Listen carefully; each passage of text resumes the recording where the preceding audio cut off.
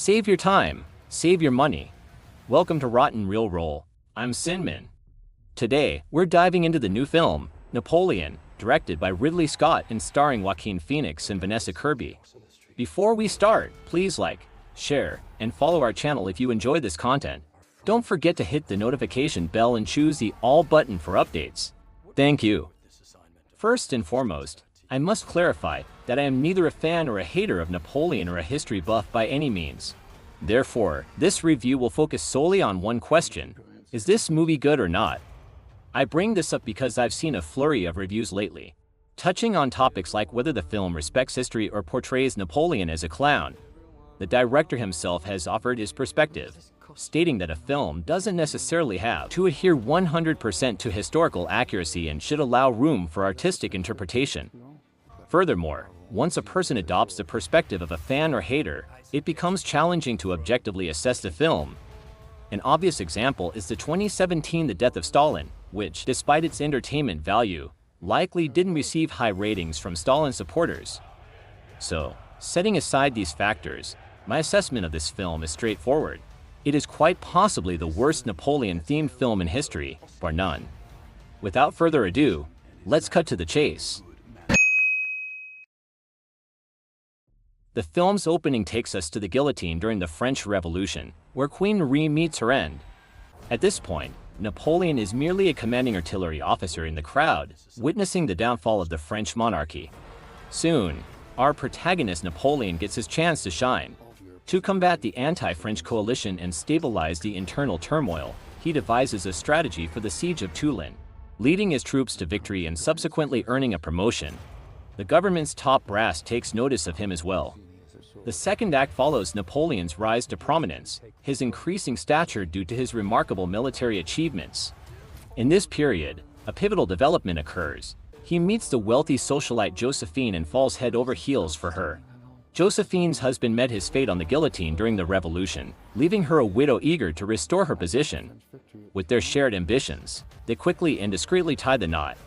Next, Napoleon leads an expedition to Egypt. During his absence, he continues sending love letters to Josephine back in Paris, unaware that she is involved with her own lover. When Napoleon learns of this betrayal, he returns to Paris in a fit of rage but ultimately chooses to forgive her.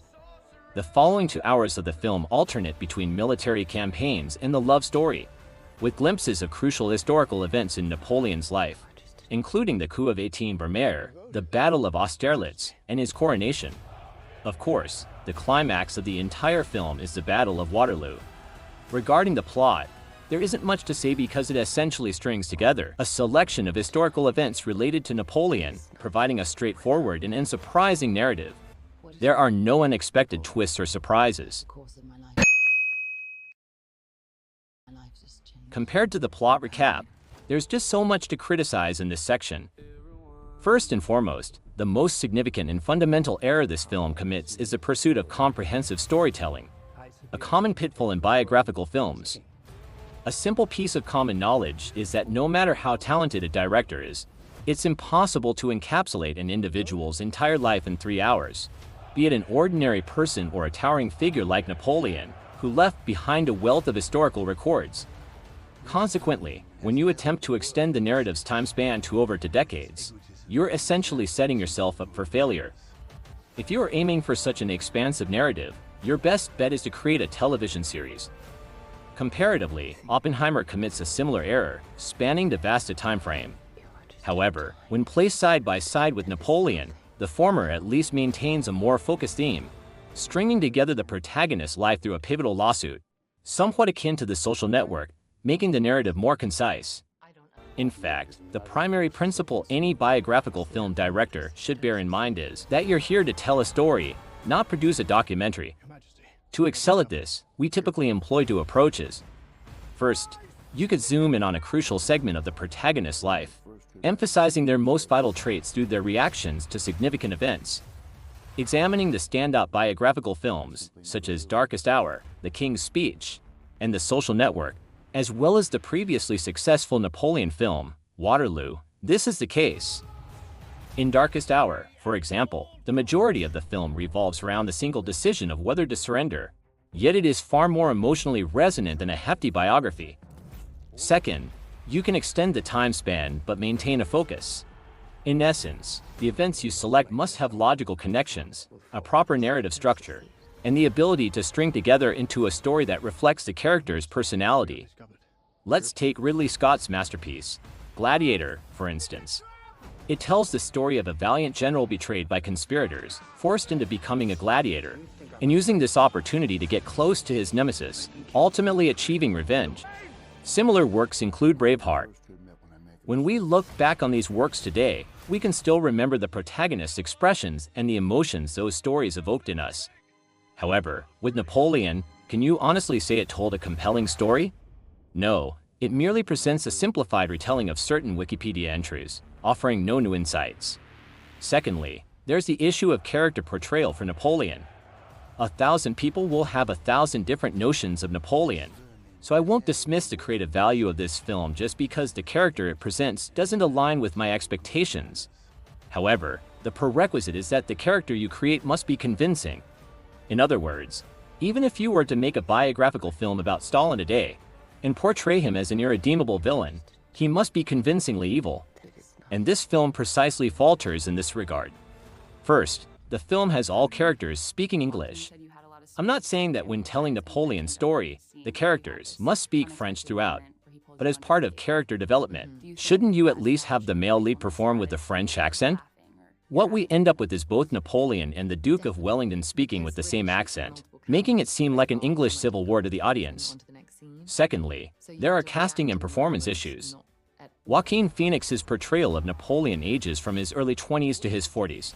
Yet where is the distinction between the youthful and mature Napoleon? Throughout the film, he consistently sports wrinkles on his face, and his facial expressions maintain a perpetually gloomy demeanor. Even after triumphant battles, he fails to exhibit the expected jubilation, always wearing a look of perpetual misfortune. Come on, you're portraying Napoleon, not Gotham's Joker. Then there's the issue of the age difference between the male and female leads. Historically, Josephine was 6 years older than Napoleon, but in the film, it feels like a father-daughter relationship. This isn't merely a matter of respecting historical accuracy. Given that one of the film's central themes is Napoleon's obsessively pathological infatuation and emotional dependency on Josephine, it's essential to portray her as more mature than Napoleon. However, making 49-year-old Joaquin Phoenix and Vanessa Kirby act together is hardly credible. The third and most crucial point is the disjointed character portrayal. If you were to ask director Scott what kind of person he envisions Napoleon to be, he might speak in a psychologist's tone and invoke Freudian theory, telling you that Napoleon's drive to conquer the world stems from his inferiority complex and insecurities in his romantic relationships. Yes, that's the film's themes. Throughout the entire movie, we see two versions of Napoleon. One as a simp constantly yearning for Josephine's attention, and the other as a successful conqueror and tyrant. The problem is that, as the film's main character, Napoleon's personality and abilities should have at least convinced the audience of something. The Social Network also portrayed its protagonist, Zuckerberg, as a jerk, but it retained his genius side. However, this film failed even to adequately showcase Napoleon's military prowess. The Napoleon presented in this film is almost a replica of Ken from Barbie. He desperately seeks his female companion's attention, and all his achievements are aimed at amplifying his importance in her heart. He links everything he does to Josephine, lacking the most fundamental initiative as a military strategist. Even the crucial decisions to return home twice are fueled by resentment over Josephine's perceived infidelity, giving the impression that losing Josephine would equate to losing France.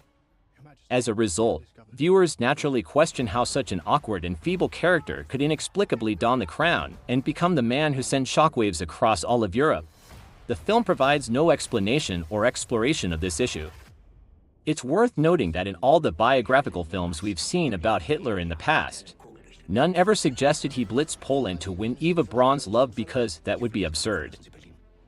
This year has seen a collective stumble of big-name directors. The list of films that faced their Waterloo in 2023 includes, but is not limited to, Nolan's Oppenheimer, Scorsese's Killers of the Flower Moon, Fincher's The Killer, and this Napoleon. However, when compared, Oppenheimer and Killers of the Flower Moon aren't that terrible. just relatively mediocre compared to the director's previous works. The real disasters seem to be the killer in this Napoleon. It's genuinely disappointing. It's meant to be funny. Well, that's all for today. If you enjoyed this episode, please feel free to like, subscribe, and share our video.